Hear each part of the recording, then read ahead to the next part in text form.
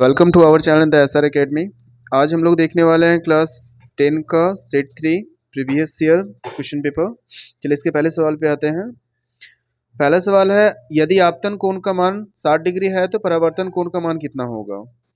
जैसा कि हम लोग जानते हैं कि किसी भी चमकदार सतह से अगर प्रकाश की किरण टकराती है तो आने वाली किरण को आपतित किरण और जाने वाली किरण को परावर्तित किरण कहते हैं, और यह दोनों जिस जगह पे टच करती है उसे आपतन बिंदु कहते हैं। और यहाँ से अगर हम लोग एक अभिलंब खींचते हैं तो ये जो कोण बनती है उसे आपतन कोण कहते हैं, इसे परावर्तन कोण कहते हैं, जिससे हम लोग इंडिकेट करते हैं आई और आर से। और ये आई और आर जो होता है वो हमेशा बराबर होता है, यानी कि अगर हम देखते हैं आपतन कोण का मान अगर 60 डिग्री का है तो परावर्तन कोण का भी मान कितना होगा, 60 डिग्री का, क्योंकि आपतन कोण और परावर्तन कोण के बराबर होता है। दूसरा सवाल है, मुख्य अक्ष के समांतर आने वाली प्रकाश की किरणें दर्पण से परावर्तन के बाद किस बिंदु से मिलती है, उस बिंदु का नाम क्या है, यानी कि उस बिंदु को क्या कहते हैं।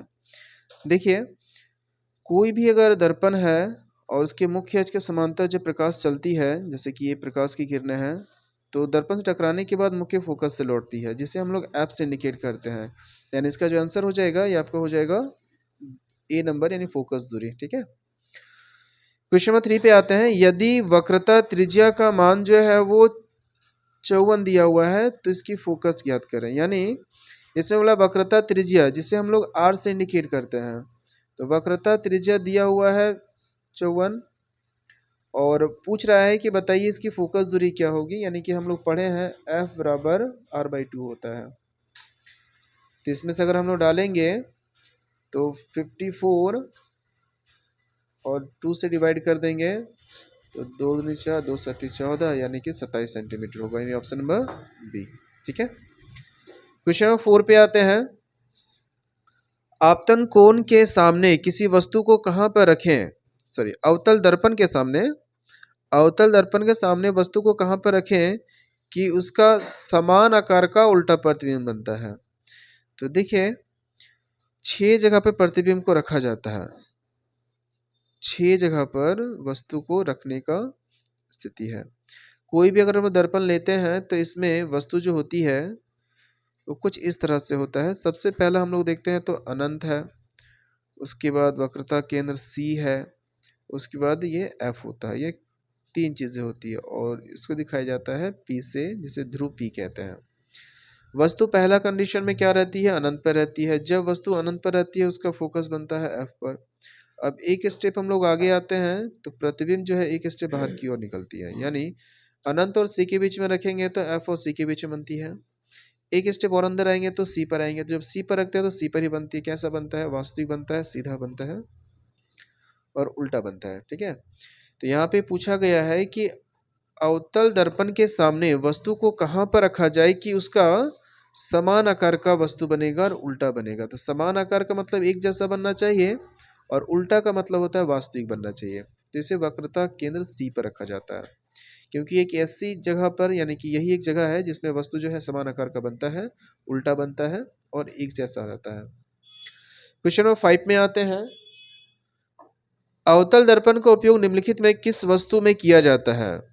तो गाड़ी में जो है 2 तरह के दर्पण का इस्तेमाल किया जाता है। एक होता है अग्रदीप, जिसे जिसमें हम लोग अवतल दर्पण का इस्तेमाल करते हैं, और एक होता है साइड मिरर, जिससे हम लोग उत्तल दर्पण का इस्तेमाल करते हैं। तो गाड़ी का जो साइड मिरर होता है और चेहरा देखने के लिए जो साइड में होता है, ठीक है, यानी गाड़ी में जो इस्तेमाल किया जाता है 2 तरह का दर्पण होता है। एक होता है अवतल दर्पण, एक होता है उत्तल दर्पण। तो हमसे पूछा गया है कि उत्तल दर्पण का इस्तेमाल कहाँ पर किया जाता है। तो उत्तल दर्पण का इस्तेमाल जो होता है गाड़ी के हेडलाइट में किया जाता है। और अगर आपसे पूछ लिया जाए कि गाड़ी के साइड मिरर में और चेहरा देखने में किसका इस्तेमाल करते हैं, तो उत्तल का इस्तेमाल किया जाता है। ध्यान रखिएगा, अवतल का इस्तेमाल गाड़ी के हेडलाइट्स में और उत्तल का इस्तेमाल गाड़ी के साइड मिरर में। क्वेश्चन नंबर 6 पे आते हैं।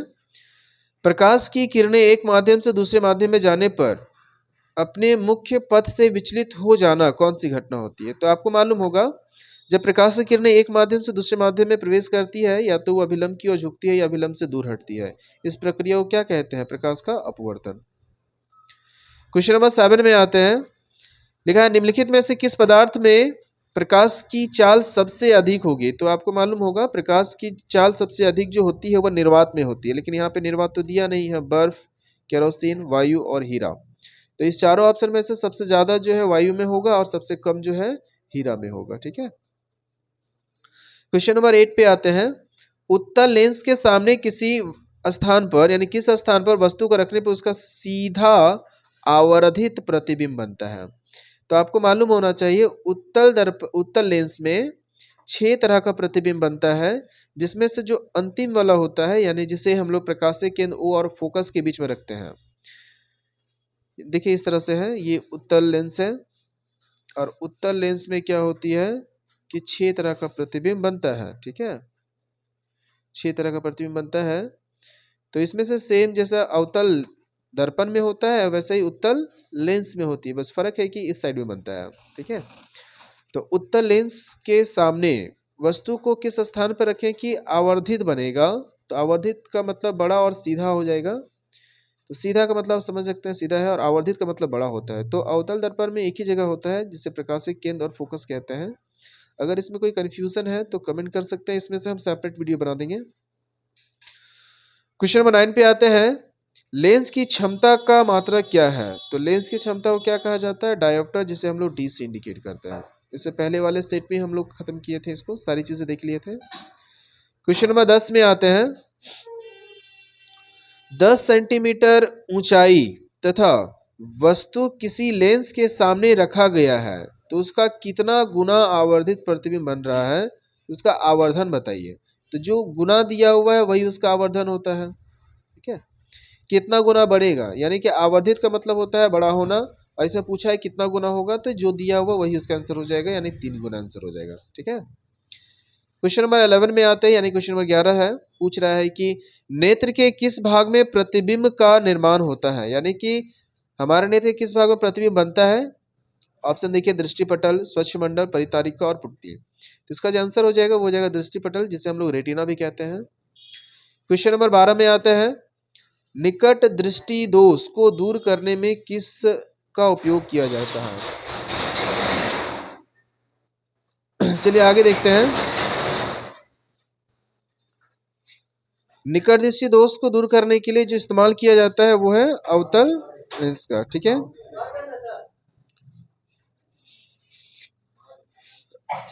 चलिए इसके बाद का देखते हैं। इसमें थोड़ा ध्यान रखने की बात है कि निकट दृष्टि दोष और हमारे पास जो नेत्र दोष होता है वो 3 तरह का नेत्र दोष होता है।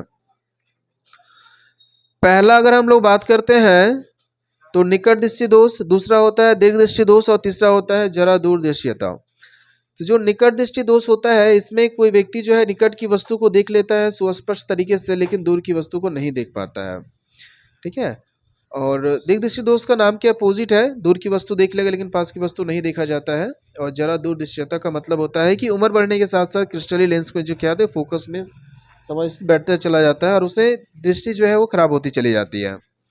चलिए इसके बाद अगर हम देखते हैं तो इसका आंसर जो है निकट दृष्टि दोष के लिए हम इस्तेमाल करते हैं अवतल का, और दीर्घ दृष्टि दोष के लिए उत्तल का, और जरा दूरदर्शिता के लिए द्विफोक्सी लेंस का इस्तेमाल किया जाता है। क्वेश्चन नंबर 12 में आते हैं।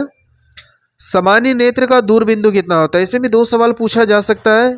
एक होता है सामान्य नेत्र के लिए दूर बिंदु और एक होता है निकट बिंदु। दूर बिंदु जो होता है वो अनंत होती है, लेकिन अगर वही पूछ लिया जाए कि सामान्य नेत्र के लिए निकट बिंदु कितना होता है तो वो जो होता है वो 25 सेंटीमीटर होता है। ठीक है, क्वेश्चन नंबर 14 में आते हैं। दिए गए किस जैव प्रक्रम से हमें ऊर्जा प्राप्त होती है। यानी कि देखिए 4 ऑप्शन दिया हुआ है। पहला है श्वसन, पाचन, उत्सर्जन और संवहन। तो कह रहा है कि इन चारों में से कौन सा ऐसा तरीका है जिसमें से हमें ऊर्जा प्राप्त होती है। तो संवहन नहीं है। संवहन का मतलब क्या होता है कि एक जगह से दूसरी जगह पर ऊर्जा को स्थानांतरित करना, यानी कि पोषक तत्वों को पहुंचाना। दूसरा उत्सर्जन का मतलब होता है शरीर से अपशिष्ट पदार्थों का बाहर निकलना। पाचन का मतलब भोजन का पाचित होना, और श्वसन का मतलब होता है टूटना। तो आप सभी को मालूम होगा कि पाचन प्रक्रिया के बाद जो ग्लूकोज बनती है वो हमारे कोशिका में जाती है और ऑक्सीजन से अभिक्रिया करके ऊर्जा निकालती है, तो हमें ऊर्जा प्राप्त होता है। यानी श्वसन प्रक्रम के बिना ऊर्जा प्राप्त नहीं हो सकती है। यानी इसका आंसर हो जाएगा ऑप्शन नंबर ए हो जाएगा। यह संवहन नहीं है, ऑप्शन नंबर ए होगा श्वसन।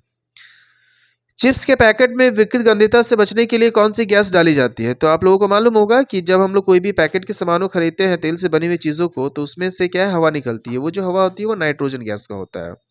ये इसलिए डाला जाता है ताकि वो हवा के साथ रिएक्ट नहीं करता है और जो खाना होता है वो खराब नहीं होता है।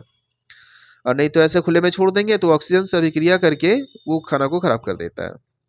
क्वेश्चन नंबर 16 में आते हैं, जंग लगना किस प्रकार की अभिक्रिया है? देखिए, जंग जब लगती है तो वो वस्तु की स्थिति को बदल देती है। ये जो अभिक्रिया होती है वो संयोजन अभिक्रिया होती है। अगला सवाल पे देखते हैं, दिए गए अभिक्रिया में किस पदार्थ का उपचयन हो रहा है? इस तरह का सवाल जो है हम लोग इससे पहले वाले सेट में भी किए थे, इसलिए हम इस सवाल को जो है छोड़ देते हैं। आप लोग कमेंट कीजिएगा तो उसमें हम बताएंगे। तो ये आप लोग के लिए है। और इस टाइप का सवाल जो है एक देता ही है, किसमें उपचयन होता है, किसमें अपचयन होता है, तो ये सवाल हम आप लोग के लिए छोड़ देते हैं। क्वेश्चन नंबर 18 पे आते हैं, दिए गए कौन सा रासायनिक समीकरण जो है वो संतुलित है? चलिए चेक करते हैं। इस एरो किधर, यानी पहला अगर देखेंगे Ag, तो Ag इधर एक है, इधर भी एक है। N इधर एक है, इधर भी आपका N एक ही है। O जो है 3 है और इधर जो है भी 3 है। Na एक है और Cl एक है, यानी ऑप्शन 1 जो है हमको लग रहा है। बाकी ऑप्शन देख लेते हैं। N 2 है, N 2 है, H देखिए 2 है लेकिन यहाँ पे नहीं, यानी कि ऑप्शन में बी जो है वो नहीं है। तीसरा चेक करते हैं, BaCl2 है, तो यहाँ देखिए Ba एक ही है, Cl 2 नहीं है, यानी कि ये भी नहीं है। क्वेश्चन नंबर 3 बात करते हैं, 2HCl है, तो HCl में देखिए तो यहाँ पे Cl 2 है लेकिन इधर नहीं है, यानी कि ये भी नहीं है। ऑप्शन नंबर जो 1 होगा ये आपका संतुलित है, एक बार खुद से चेक कर लीजिएगा। अगला है लौह चूर्ण पर तनु हाइड्रोक्लोरिक अम्ल मिलाने से क्या होता है? लौह चूर्ण का मतलब लोहे के टुकड़ों में अगर हम लोग हाइड्रोक्लोरिक अम्ल को मिलाएंगे तो क्या होगा? ऑप्शन देखते हैं, हाइड्रोजन गैस और आयरन क्लोराइड बनेगा, क्लोरीन गैस और आयरन क्लोराइड बनेगा, कोई अभी का नहीं होगा। तो ऑप्शन नंबर 1 होगा, हाइड्रोजन गैस निकलेगा, क्योंकि धातु है और अम्ल है। अभिक्रिया करने पर वो क्या बनती है? तो आयरन क्लोराइड बनती है, ऑप्शन नंबर 1 हो जाएगा। अभिक्रिया कराने पर यानी कोई भी धातु जो है अम्ल से अभिक्रिया करती है तो हाइड्रोजन गैस निकलती है, ऑप्शन नंबर 1। क्वेश्चन नंबर 20 देखते हैं, दिए गए पदार्थ में कौन रंगीय सूचक है? रंगीय अर्थात होता है जो अपना रंग बदलकर बताती है कि कौन क्षारक है और कौन अम्ल है। जिसका जो आंसर होगा वो हो जाएगा लिटमस पत्र। क्वेश्चन नंबर 21 पे आते हैं, हड्डियों को जोड़ने के लिए डॉक्टर किस लवण का इस्तेमाल करता है? तो हड्डी को जोड़ने के लिए, घर को चिकना बनाने के लिए जो हम लोग इस्तेमाल करते हैं वो प्लास्टर ऑफ पेरिस होता है, जिसका फॉर्मूला CaSO4 ½ H2O होता है। ठीक है, सॉरी जिप्सम है, प्लास्टर ऑफ पेरिस नहीं, जिप्सम है। ये इसका आंसर हो जाएगा जिप्सम है।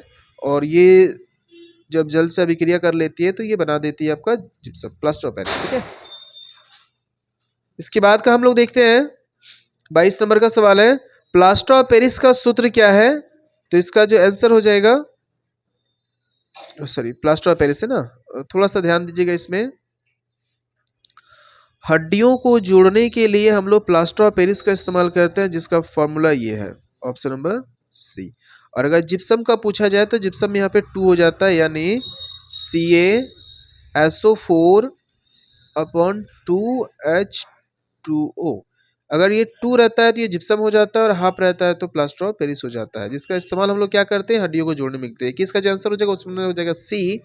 और 22 से पूछा है प्लास्टर ऑफ पेरिस का सूत्र क्या है, जिसका भी आंसर हो जाएगा सी। ठीक है, आगे दिया हुआ है कि नीचे दिए गए समीकरण में कौन सी अभिक्रिया हो रही है? ठीक है, देखिए यहाँ पे H है और O है, दोनों मिलकर एक उत्पादक का निर्माण कर रहा है। तो हम लोग पढ़े हैं कि वैसी रासायनिक अभिक्रिया जिसमें 2 या 2 से अधिक अभिकारक मिलकर एक उत्पाद बनाती है, उसे हम लोग क्या कहते हैं? संयोजन अभिक्रिया। ठीक है, क्वेश्चन नंबर 24 पे आते हैं, खट्टे फलों में कौन सा अम्ल पाया जाता है? तो खट्टा जो फल होता है उसमें सिट्रिक अम्ल पाया जाता है। क्वेश्चन नंबर अगला आते हैं, क्वेश्चन नंबर 25 में है, कोई विलयन अंडे के पिसे हुए कवक से अभिक्रिया कर एक गैस उत्पन्न करती है जो चूने के पानी को दूधिया कर देता है, तो इस विलयन में क्या होगा? तो इसमें जो है वो HCl होगा, क्योंकि हाइड्रोजन गैस निकलती है और वो अम्ल होता है। ठीक है, क्वेश्चन नंबर 26 पे आते हैं, कोई विलयन नीले लिटमस को लाल कर देता है। ठीक है, नीले को लाल कर देती है, तो कह रहा है उसका पीएच मान संभवतः क्या हो सकता है। तो आप सभी को मालूम होगा कि नीले से लाल जो है वो अम्ल करती है, और इसमें देखिए 4 ऑप्शन है। तो जो अम्ल की जो सांद्रता होती है वो 7 से कम होती है, यानी कि ऑप्शन नंबर हो जाएगा दूसरा, यानी तीसरा वाला 2 हो जाएगा। क्वेश्चन नंबर 27 पे आते हैं। अमीबा अपने किस अंग से भोजन ग्रहण करता है, यानी भोजन का पाचन करता है। तो उसका जो आंसर है वो हो जाएगा कूटपाद। इससे पहले वाले सेट भी हम लोग देखे हुए हैं, ठीक है। चलिए आगे देखते हैं।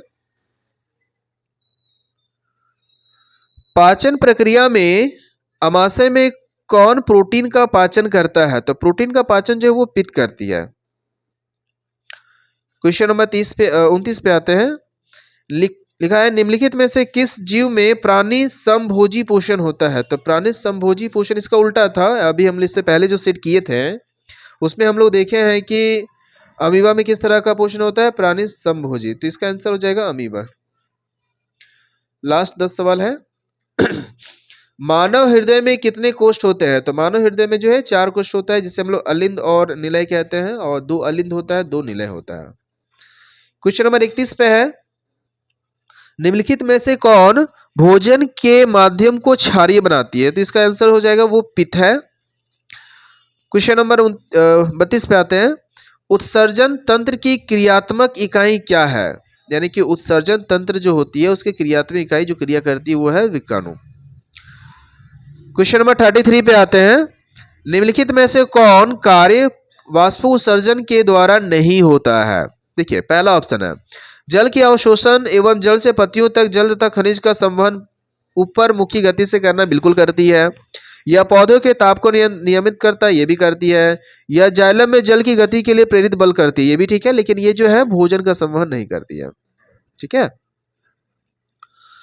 आगे बढ़ते हैं क्वेश्चन नंबर 34 में। निम्नलिखित में से कौन एक लिंगी पौधा है। तो पपीता जो है वो एक लिंगी होता है। चलिए 35 में देखिए एक डायग्राम बना हुआ है, ये इससे पहले वाले सेट में भी किया हुआ था, तो आप लोगों को शायद याद होगा। मुकुल है तो मुकुलन है, आप इसे नाम से ही समझ सकते हैं। ये मुकुल निकल रही है छोटा सा, फिर ये बड़ा होने पर ये बड़ा हो जाता है, तो इसका आंसर हो जाएगा मुकुलन। ये मुकुलन जनन को दिखाता है। क्वेश्चन नंबर आते हैं 36 में। लड़कों के यौनावस्था के लक्षणों का नियंत्रण कौन सा हार्मोन करता है। यानी जब लड़का यौनावस्था में प्रवेश करती है तो उसमें कौन सा हार्मोन निकलता है, टेस्टोस्टेरोन। ठीक है, ऑप्शन नंबर 1। क्वेश्चन नंबर 37 पे आते हैं। निम्नलिखित में से कौन मादा जनन तंत्र का भाग है। ठीक है, जनन तंत्र पूछा गया है, तो इसका जो आंसर हो जाएगा वो हो जाएगा गर्भाशय, ऑप्शन नंबर सी। अगला जो सवाल है इसमें लिखा है हम जितने भी ऊर्जा का उपयोग करते हैं उसमें से अधिकांश पर सौर ऊर्जा से उत्पन्न होते हैं। तो निम्नलिखित में से कौन सौर ऊर्जा का अंततः सौर ऊर्जा में उत्पन्न नहीं होता है ना। तो यानी 4 ऑप्शन दिया हुआ है, भूतापी ऊर्जा, नाभिक ऊर्जा, पवन ऊर्जा और जैव ऊर्जा, जैव मात्रा। तो इसमें से कौन जो है वो सौर ऊर्जा नहीं दिखता है। तो नाभिक की ऊर्जा जो सौर ऊर्जा नहीं है। ठीक है, क्वेश्चन नंबर 39 यानी 39 पे आते हैं। लिखा है निम्नलिखित में से कौन नवीकरणीय ऊर्जा स्रोत है। नवीकरणीय का मतलब क्या, जैसे वापस प्राप्ति कर सकते हैं। तो कोयला नहीं है, सीएनजी नहीं है, पेट्रोल नहीं है, कौन है, सौर ऊर्जा है, जिसे हम लोग दोबारा प्राप्त कर सकते हैं। चलिए इसके अंतिम सवाल पे आते हैं। अंतिम जो सवाल है लिखा है निम्नलिखित में से कौन जैव मात्रा ऊर्जा स्रोत का उदाहरण नहीं है। देखिए पूछा क्या गया है, जैव मात्रा का उदाहरण नहीं है। जैव मात्रा यानी जिसमें जीवन होता है। तो आपको देखिए लकड़ी है, लकड़ी में जीवन पाया जाता है, बायोगैस भी जीवन होता है, कोयला भी होता है। तो इसका आंसर क्या हो जाएगा, नाभिकीय ऊर्जा। ठीक है, तो इसका जो आंसर है वो हो जाएगा नाभिकीय ऊर्जा। इस तरह से हम लोग देखेंगे टोटल 40 क्वेश्चन है। अगर किसी को किसी भी सवाल में कोई प्रॉब्लम है तो कमेंट कर सकते हैं, इसका सेपरेट वीडियो हम बना देंगे। इसके बाद जो है हम लोग तीसरा सेट पर आएंगे। अगला जो वीडियो होगा वो तीसरा सेट पे डालेंगे। ये अपकमिंग एग्जाम के लिए इंपॉर्टेंट है, तो एक बार जरूर देख लीजिएगा। थैंक यू, जय हिंद।